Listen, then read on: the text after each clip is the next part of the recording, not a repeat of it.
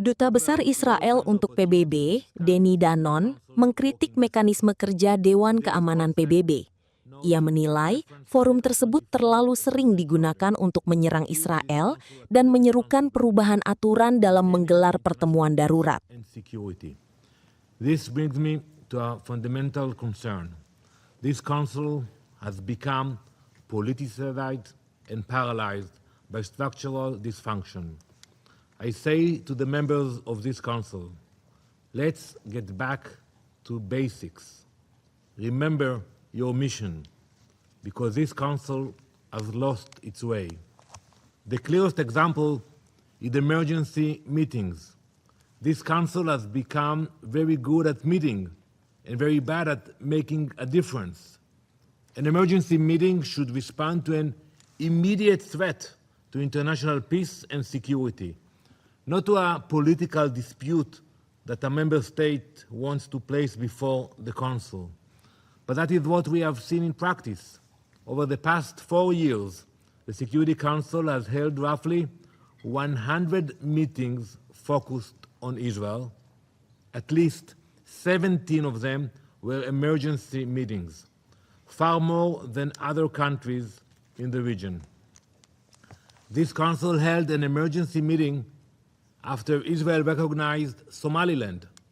Some countries outrageously claimed Israel would use that recognition to expel Palestinians from Gaza. That conspiracy theory was unfounded. 8 months later, it remains unfounded. Just last week, we met here. This council held an emergency meeting on the escalation in the West Bank. It focused on the so-called settler violence, not the rise in Palestinian terrorist attack. These were not emergencies, just opportunities to bash Israel.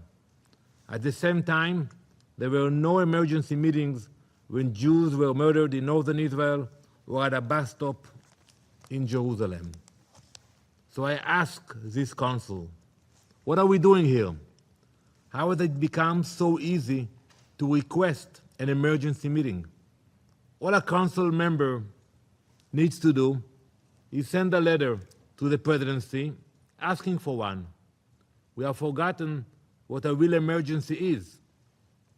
You should consider a simple change. Just raise the bar.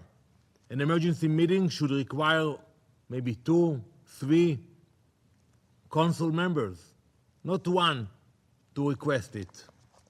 Every request should meet the same 3 tests.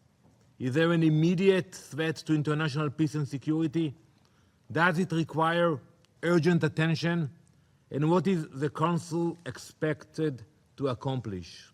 That would help this Council distinguish genuine emergencies from political theater. Mr. President, Israel is not raising this issue simply because we are the subject of so many meetings. This is not only a problem of fairness. This lack of effectiveness has consequences. When the Council spends its time on political theater, it has less time to confront the threats actually driving instability in our region. Take a look at Iran and the network of terrorist proxies. Iran has spent years building and supporting terrorist groups, Hezbollah in Lebanon, Hamas in Gaza, and the Houthis in Yemen. They have attacked civilians, fueled conflicts, and undermined regional stability. But in the past 4 years, there have been less than 10 emergency meetings about Iran. Only 2 specifically about Hamas holding hostages, and only 1 about the Houthis attacking ships in the Red Sea. Look at Turkey.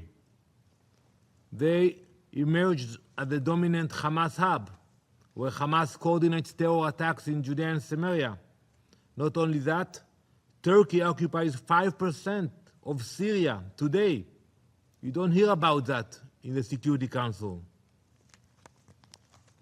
So I ask this Council, where is your condemnation of Turkey? Where is your designation of Iranian terrorist proxies. Mr. President, Israel wants this council to be a respected institution again. To do that, it must change its mindset. The success of the Security Council should not be measured by how many meetings it holds or how many statements it issues. It should be measured by whether its actions make a real difference. It should set basic goals it can achieve. Did violence decrease? Did terrorism become harder to carry out? Did the Council help prevent the next escalation? You know, the Council itself tracks efficiency. In 2025, this Council met for 685 hours. But what have those deliberations actually produced? The reality on the ground has not improved, unfortunately. Hamas has not disarmed in Gaza.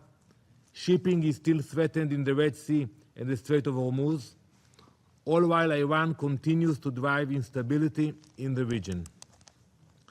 This is precisely why we should judge effectiveness on outcomes, not simply by the number of meetings. This Council can do more to address these threats by adopting 3 principles. First, look at the genuine threats. Emergency sessions should be used during real and immediate threats to international peace and security. Second, address causes, not only consequences.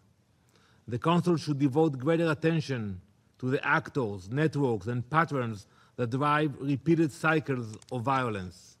And third, measure results. Every meeting should have a purpose, and the Council should be willing to ask whether that purpose was actually achieved. Mr. President, the Security Council was not created to count meetings. It was created to prevent wars. When this Council fails to focus on real security threats, we all pay a heavy price. Thank you. Jelajahi cara baru mendapatkan informasi. Download MetroTV Extend sekarang.